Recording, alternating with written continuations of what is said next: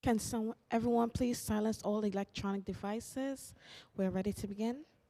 This is the Subcommittee on Zoning and Franchises. Chair Riley, we are ready to begin. Good morning, everyone, and welcome to a meeting of the Subcommittee on Zoning and Franchises. I am Councilmember Kevin Riley, Chair of the Subcommittee. This morning, I'm joined remotely by Councilmember Moyer, and in the committee room by Councilmember Abreu, Shulman, Salam, and Carr.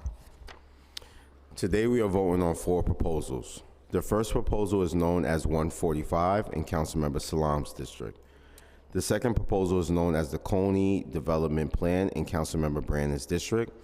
The third proposal is known as North 7th Avenue Rezoning in Councilmember Gutierrez's district. And the fourth proposal is known as the Marcus Garvey Boulevard LSGD in Councilmember Osei's district. The first vote concerns LUs 294, 295, and 296 regarding the 145 proposal. The applicant is seeking to build a residential mixed-use development in Harlem. As approved by the City Planning Commission, the development was intended to have approximately 968 apartments within 2 towers, of which approximately 291 units will be permanently affordable under the Mandatory Inclusionary Housing Plan. The proposal involves 3 actions. The first is a zoning map amendment to change the existing C8 and R7-2 zoning districts for the development site to a C4-6 district, which allows residential, commercial, and community facility uses. The second action is a zoning text amendment to map a mandatory inclusionary housing area. The third action is a special permit to establish large-scale general development which will permit commercial uses above the residential unit on the top floor of one building in the development, while maintaining the proposed tower a base design. We are recommending the following modification to the land use actions as approved by the City Planning Commission. The special permit approval is being modified to change the configuration and programming of the CPC approved buildings A, B, and C within the proposed large-scale general development. Specifically, Building C will now be approximately 8 stories tall, with approximately 50,000 square feet of zoning floor area, and will be developed as a 100% affordable building for senior housing containing about 90 units. Building A and B will be reduced in height and density to accommodate the enlargement of Building C and the creation of affordable senior housing. The zoning text amendment to establish mandatory inclusionary housing is being modified to require MIH Option 1 for Building A. Option 1 and 2 will be retained over the remainder of the rezoning area. The zoning map amendment will retain the C4-6 zoning district approved by the CPC, but will modify the associated restrictive declaration to reflect the revised height, density, and programming of Building A, B, and C under the modified special permit application. As a result of the modification I have just described, this large-scale general development will now contain approximately 1,000 units in total, of which approximately 338 units will be permanently affordable, which translates to approximately 34% affordability for this project, at a range of incomes included AMI levels as low as 40%, to reflect the income levels of the surrounding Harlem community. Councilmember Salam supports this proposal as modified. And I would now like to give Councilmember Salam the floor to give his remarks regarding this project.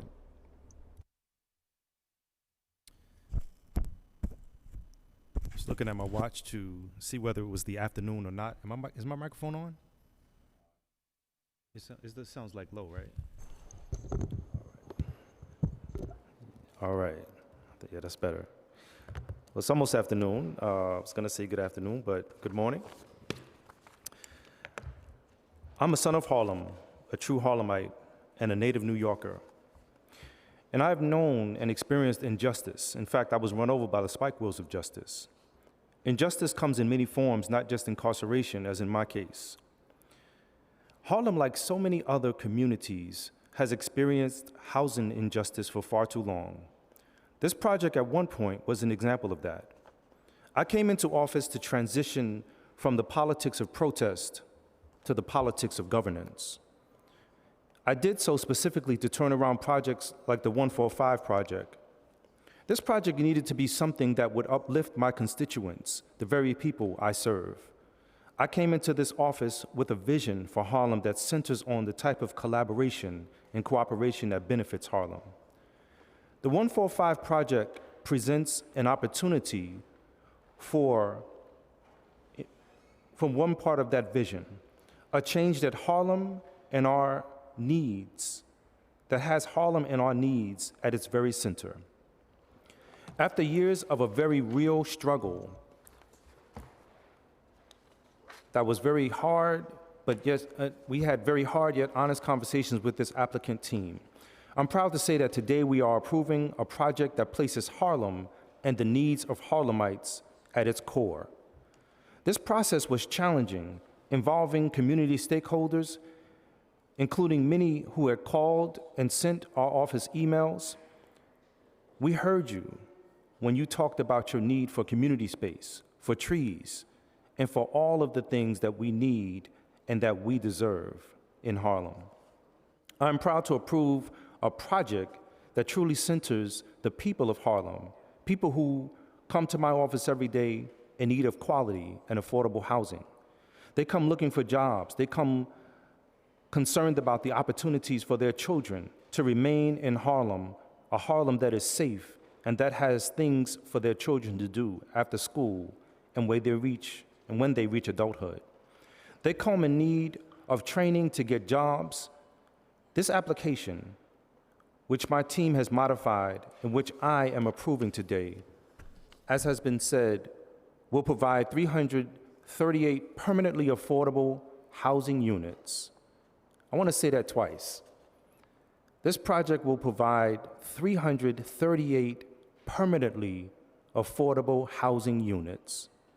This project provides housing for middle-class Harlemites who are leaving my neighborhood, and in fact, leaving the city writ large.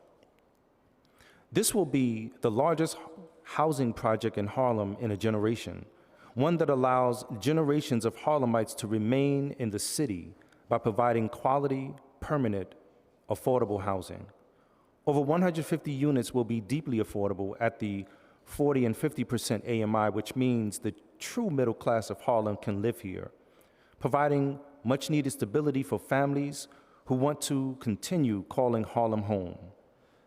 The project now includes the third building that's been discussed, being a 100% affordable senior housing building, which will provide roughly 90 units of permanently affordable housing for our most vulnerable seniors.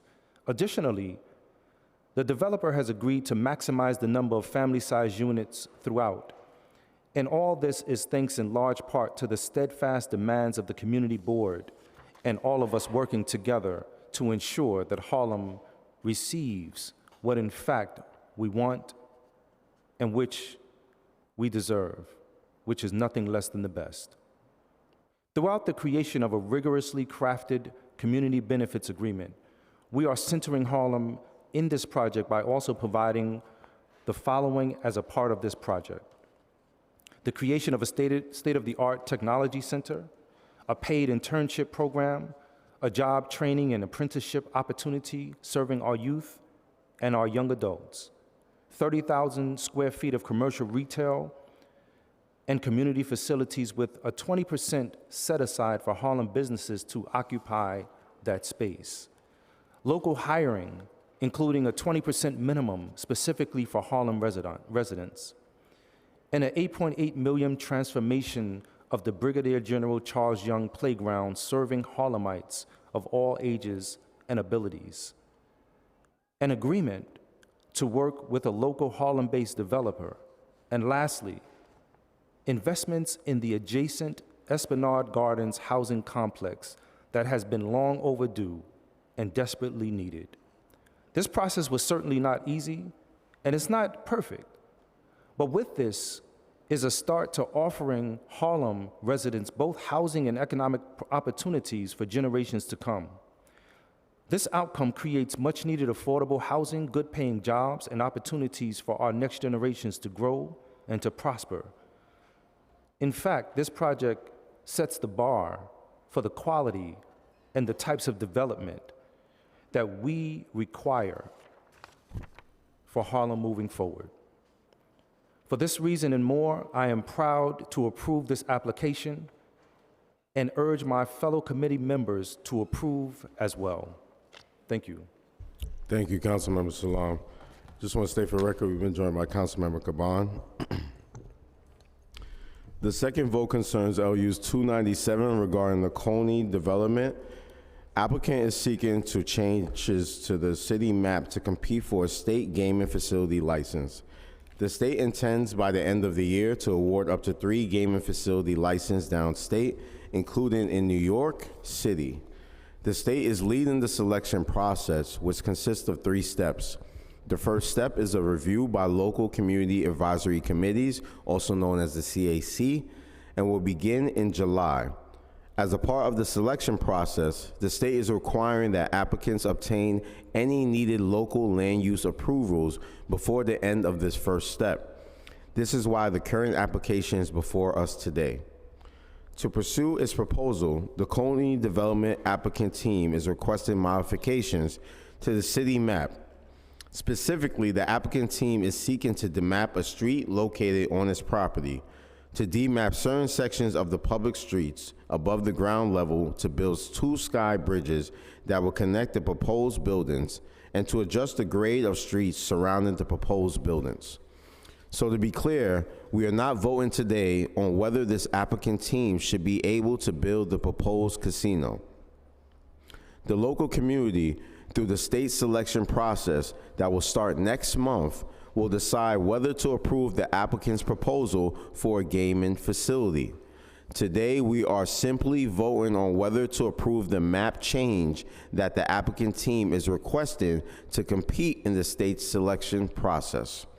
Councilmember Brandon supports this narrowing focused application to modify the city map.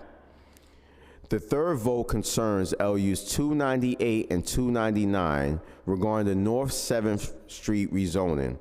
Applicant is seeking to build a residential mixed-use development in Williamsbridge, Brooklyn. The development will have approximately 28 apartments, of which approximately 7 will be permanently affordable housing. The proposal involves 2 actions. The first is a zoning map amendment to change a R6B residential district with a C2-4 commercial overlay to a R6A residential district, also with a C2-4 commercial overlay. The second action is a zoning text amendment to map a mandatory inclusionary housing area. We are recommending to modify the available MIH option to deepen the required level of affordability. The modification is to remove option 2. This will require that the applicant provide the affordable units to families who have an average make of 60% AMI, which is the maximum of $87,500 for a family of 3. Councilmember Gutierrez supports this application as modified. The fourth and last vote concerns LU's 300, 301, and 302 regarding the Marcus Garvey Boulevard rezoning proposal. Applicant is seeking to build a senior housing infill building in Bed-Stuy, Brooklyn. The building will have approximately 292 units, which will be income restricted. The proposal involves 3 actions. The first is a zoning map amendment to change an R6 residential district, a portion of which has a C2-4 commercial overlay, to an R7A residential district, and maintaining the commercial overlay. The second action is a zoning text amendment to map a mandatory inclusionary area. The third action seeks a special permit to establish a large-scale general development, which would modify the allowed height. We are recommending to modify the available MIH option to deepen the required level of affordability. The modification is to review option 2 and add option 3. This will ensure that the affordable units are provided to individuals and households that make an average of 60% AMI or less, which is the maximum of $68,000 for a single person. Councilmember Osei supports this application as modified.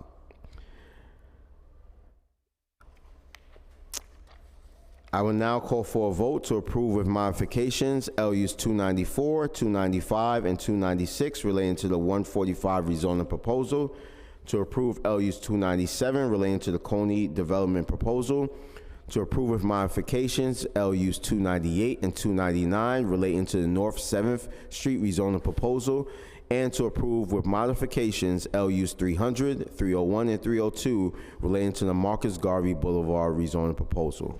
Council, can you please call the roll?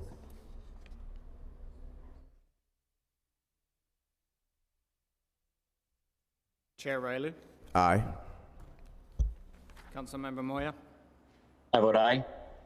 Councilmember Abreu, I vote aye. Councilmember Shulman, Aye. Councilmember Salam, I vote aye.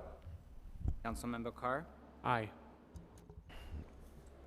By a vote of 6 in the affirmative, 0 opposing, and 0 abstention, LU 297 is approved without modifications, and LUs 294, 95, 96, 98 through 302 are approved with modifications. These items are referred to the full Land Use Committee.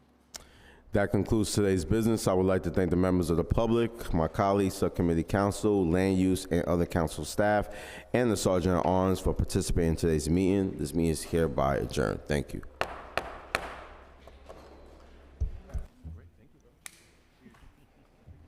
Yes, sir.